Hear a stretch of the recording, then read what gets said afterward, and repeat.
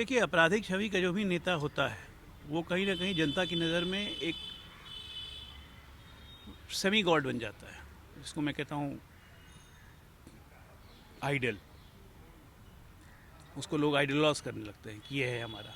उस पर जाति का एंगल लग जाता है तो उस जाति के लोग उसको देवता बनाने लगते हैं, और उसके बाद उसकी दल की परिस्थितियाँ ऐसी होती हैं कि उसको दल की परिस्थितियों का लाभ मिल जाता है। देखिए, मेरा चुनाव लड़ना नहीं लड़ना तो पार्टी के निर्णय के ऊपर तय करता है। पार्टी कहेगी चुनाव लड़ना है तो हम लोग जाके लड़ेंगे, पार्टी कहेगी नहीं लड़ना है नहीं लड़ेंगे, उसमें कोई इशू ही नहीं है। कोई प्रेशर पॉलिटिक्स नहीं है हमारे में। तो सीट शेयरिंग की बात भी तक भी नहीं शुरू हुई है। करना क्या है, अक्टूबर आएगा, सितंबर तक सब हो जाएगा। अक्टूबर में सब चुनाव लड़ेंगे। लक्ष्य सबका एक है, 225 2025 एनडीए 225। नीतीश जी के नेतृत्व में चुनाव लड़ेंगे, काम खत्म। नमस्कार, आप न्यूज फाउंडेशन देख रहे हैं। मैं हूं आपके साथ वंदना। हमारे साथ बात करने के लिए हैं बीजेपी प्रवक्ता अजय आलोक। इन दिनों बिहार में अगर देखा जाए तो चाहे हम महागठबंधन की बात करें या एनडीए की बात करें, एक दल दूसरे दल पर सीट शेयरिंग को लेकर प्रेशर पॉलिटिक्स भी कर रहे हैं। क्या लग रहा है कि एनडीए में भी कुछ ऐसा है? क्योंकि जीतन राम मांझी ने हाल में जो कहा कि हमें 40 सीट चाहिए, हम 40 सीट की तैयारी कर रहे हैं बिहार में। कोई प्रेशर पॉलिटिक्स नहीं है हमारे में। तो सीट शेयरिंग की बात भी तक भी नहीं शुरू हुई है। करना क्या है, अक्टूबर आएगा, सितंबर तक सब हो जाएगा। अक्टूबर में सब चुनाव लड़ेंगे। लक्ष्य सबका एक है, 225 2025 एनडीए 225। नीतीश जी के नेतृत्व में चुनाव लड़ेंगे, काम खत्म। बिहार के चौमुखी विकास के बारे में देखना है, ये आपसी चूहा दौड़ हमारे बीच में नहीं है, वो वहाँ होगा। अभी से कांग्रेस को देखिए कि सोच लें क्या करना है। इस बार 80 से ज़्यादा चाहिए। माले को देखिए, इस बार ज़्यादा चाहिए। मारपीट वहाँ होगी। और प्लस लालू जी के यहाँ क्या होगा, तेजस्वी को भी बांटने के लिए चाहिए, तेजू भैया को भी चाहिए, मीसा भारती को चाहिए, इधर सिंगापुर से भी टिकट बटेगा। बहुत मतलब मारपीट वहाँ है, उधर ध्यान दीजिए, इधर कोई फ़ायदा नहीं। लेकिन उपेंद्र कुशवाहा भी कह रहे हैं कि हमको भी 20 से 25-30 सीट चाहिए, तो 20 से 25 सीट कह रहे हैं। मैंने कहा ना, एनडीए में तो चर्चा भी नहीं शुरू हुई है। कहाँ से ये निकल के आया भाई? एनडीए में चर्चा कब होगी?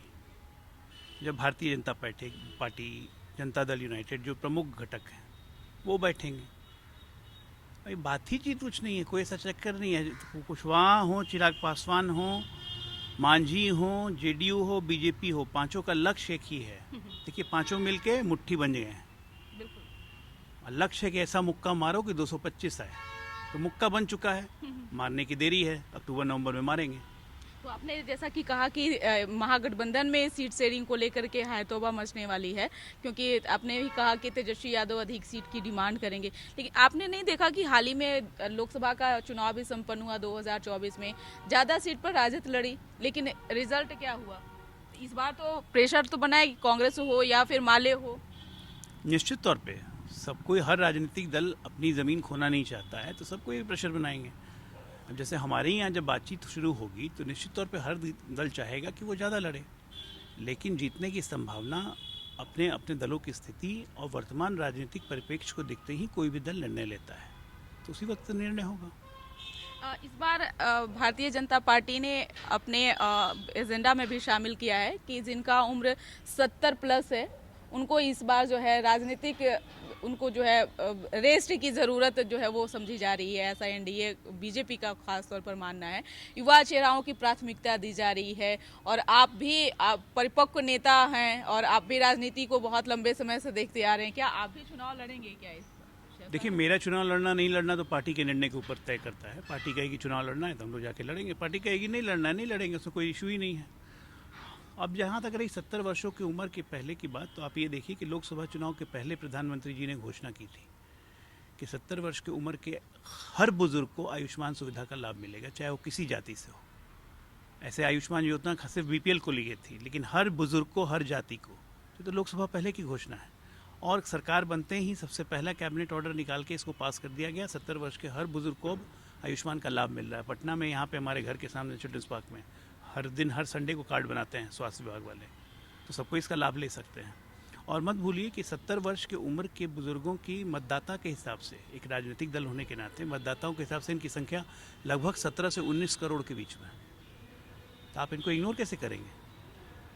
युवाओं की संख्या आज की तारीख में, जो 45 के नीचे की वो हम बात करते हैं, उसमें भारत की संख्या लगभग 65% है, लेकिन 17 से 19 करोड़ ये बुजुर्ग भी हैं जो 70 की आयु पार कर रहे हैं। अब पिछले 10 से 15 वर्षों में हमारी लॉन्गिविटी, जिसको हम जीने की आयु की स्टेज कहते हैं, वो काफ़ी बढ़ गई है। अब एक आम व्यक्ति की उम्र भारत में अच्छे स्वास्थ्य सुविधा, अच्छे खान पान, अच्छे मेडिकेशन, अच्छी स्वास्थ्य सुविधाओं के कारण ये उम्र बढ़ के लगभग 85 तक जा रही है। तो ये सब चीज़ हमारे बढ़ते भारत की प्रगति की निशानी है। लेकिन आप कह रहे हैं कि बढ़ते प्रगति की निशानी है भारत की, लेकिन दूसरी तरफ तेजस्वी यादव माई बहन योजना ला रहे हैं जो महिलाओं के लिए खास तौर पर है। 2500 रुपए वो सीधे खाते में देंगे। और वृद्धा पेंशन, आपने कहा कि 17 करोड़ आबादी है बुजुर्गों की, उन्होंने कहा कि वृद्धा पेंशन 400 से बढ़ाकर हम 1500 करने जा रहे हैं, 200 बिजली यूनिट फ्री में देंगे हम लोगों को। तो नहीं लगता है कि एक बार बताइए, मुझे एक बार बताइए, एक व्यक्ति नदी के किनारे पे है, घर बना रहा है, धीरे धीरे अच्छा मजबूत घर बनाते जा रहा है। एक व्यक्ति बीच नदी में डूब रहा है, कह रहा है बाहर निकालो, बाहर निकालो, बाहर निकालो, निकाल दो मुझे, बाहर निकल कर मैं इससे भी घर बना दूंगा। आप क्या करेंगे? डूबते हुए को निकालेंगे कि जो घर बन रहा है उसमें रहने जाएंगे? तो तेजस्वी और बाकी विपक्ष की घोषणाओं का यही हाल है। जब मौका मिला तब तो कुछ किया नहीं, लूट पाट के घर बना लिया, फार्म हाउस बना लिया, बहन ने चाहे भाई ने। सबसे बड़े बिहार के सामंतवादी बन गए पूरे लालू परिवार।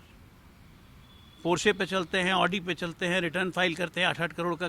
काम क्या किया जो 8 करोड़ का रिटर्न हो गया? भाई अगर नौकरी के हिसाब से एमएलए की सैलरी मिली, मंत्री की सैलरी मिली, वो भी 5-7 साल, उसके अलावा काम क्या किया जो इतने की रिटर्न फाइल कर दिया? कहाँ से आया पैसा? ये सब जो यात्रा पर हैं, यात्रा के दौरान बड़ी बड़ी बातें कर रहे हैं, जनता से मिल रहे हैं। आप लोग कहते थे कि मिलते नहीं है किसी से, तो दिल लगा, थोड़ा मन लगाने के लिए घूमना भी अच्छा है। गालिब, घूमने दीजिए, मन कहाँ से लगेगा? नहीं, यात्रा राहुल भी करके आए थे ना। लोकसभा में एक बार काट की हांडी चढ़ गए, 99 पे पहुँचे, 8000 किलोमीटर पहुँच के 99 पे पहुँचे। और उसके बाद क्या हुआ? टाइम फिस, हरियाणा गोल, महाराष्ट्र में डब्बा गोल, झारखंड गोल, वहाँ पे भी हेमंत जीते, कांग्रेस नहीं जीती, जम्मू कश्मीर गोल, हर जगह तो गोल ही गोल होते जा रहे हैं। दिल्ली में तो लड़ भी रहे हैं कि नहीं पता नहीं चल रहा है। पूछिएगा तेजस्वी से, भैया की मदद करने दिल्ली कब जा रहे हैं? एक सवाल है कि आप राजनीतिक विश्लेषक के तौर पे भी जो है आपको लोग जानते हैं, बीजेपी प्रवक्ता तो आप बहुत दिन के प्रवक्ता हो, तो आप जदयू के भी नीतीश कुमार के करीब रहे थे, उस समय भी आपको लोग जानते हैं और ये भी जानते हैं। लेकिन राजनीतिक विश्लेषक के तौर पर एक सवाल आपसे हमारा है कि आपराधिक छवि के नेताओं को लेकर के एक अलग प्रशिक्षण बना हुआ है। अगर हाल के दिनों में देखा जाए तो जो घटनाएं घटी बाढ़ में हो या फिर अन्य चीज़ों को लेकर तेजस्वी यादव बहुत हावी हैं एनडीए पर। लेकिन सवाल यह है कि जब अपराधी छवि के नेता जाते हैं, चुनाव लड़ते हैं, मैदान में उतरते हैं, तो जनता उन्हें वोट देकर के क्यों जिताती है? देखिए, आपराधिक छवि का जो भी नेता होता है वो कहीं ना कहीं जनता की नज़र में एक सेमी गॉड बन जाता है, जिसको मैं कहता हूँ आइडल। उसको लोग आइडलाइज करने लगते हैं कि ये है हमारा। उस पर से उस पर जाति का एंगल लग जाता है तो उस जाति के लोग उसको देवता बनाने लगते हैं। और उसके बाद उसकी दल की परिस्थितियाँ ऐसी होती हैं कि उसको दल की परिस्थितियों का लाभ मिल जाता है। तो ये तमाम चीज़ें मिलकर वो डेमी गॉड बन जाते हैं और इसलिए वो चुनाव जीतते हैं। सच्चाई है। बहुत बार आपने देखा होगा कि आपराधिक छवि के नेता निर्दलीय लड़के ही चुनाव जीत गए। मुझे तो 1991 का एक दौर भी याद है। आज के सो कॉल्ड संत हैं, 3.5 घंटे में चुनाव जीत गए थे पार्लियामेंट का, निर्दलीय लड़के। एक कब की घटना है? 1991 की। 2 ही नेता 3 घंटे में चुनाव जीते थे उस वक्त, एक पटना में, एक पूर्णिया में। इंद्र कुमार गुजराल 3 घंटा में पटना साफ। ये सब भी दौर था, आज ये भी दौर है। लेकिन अब जनता जागृत हो रही है। जनता भी चाहती है कि अच्छा पढ़ा लिखा सुयोग्य नेता है, परिवारवाद की छाप ना रहे। लेकिन तब भी पढ़ा लिखा देख के लोग चुनते हैं इस उम्मीद में कि अच्छा काम करेगा। बहुत लोग अच्छा काम कर भी रहे हैं। अपराधी छवि के नेताओं को लेकर अक्सर ये कहा जाता है कि अब उन्हें ये चीज़ें खत्म कर देनी चाहिए, या फिर बहुत सारे ऐसे हैं जो सज़ा काट करके फिर आते हैं, जो अपने आप को फिर दूध के धुले हुए भी मानते हैं। लेकिन महागठबंधन हो या एनडीए हो, टिकट की बारी आती है तो फिर उन्हीं को चुनते हैं। क्यों? स्वाभाविक है। जो जीता हुआ उसका दावा भी बनता है। प्लस सामाजिक भूगोल, समीकरण, जीतने की प्रोबेबिलिटी। भाई चुनाव क्यों लड़ रहे हैं? पूजा करने के लिए चुनाव नहीं ना लड़ रहे हैं, सरकार बनाने के लिए चुनाव लड़ रहे हैं। तो सरकार कैसे बनेगी जब नंबर नहीं होंगे? तो हर दल इतना स्वार्थी तो है कि नंबर डालने के लिए कुछ ना कुछ कुकर्म तो करता है। मैं इसमें आपको साफ साफ बोलता हूँ, और ये गलत भी नहीं है। राजनीति में क्यों है? असंभव को संभव करना ही राजनीति होती है।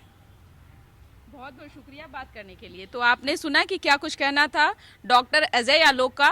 ये राजनीतिक विश्लेषक भी हैं, बीजेपी प्रवक्ता भी हैं, नीतीश कुमार के बेहद करीब भी रहे हैं, राजनीति को भी इन्होंने बहुत नज़दीक से टटोलने का काम किया है, चाहे वो कोई भी हो।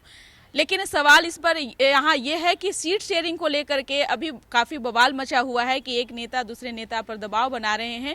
हालांकि अजय आलोक का मानना है कि एनडीए में ऐसा कुछ नहीं है, जो कुछ भी घटित है वो सब महागठबंधन में है।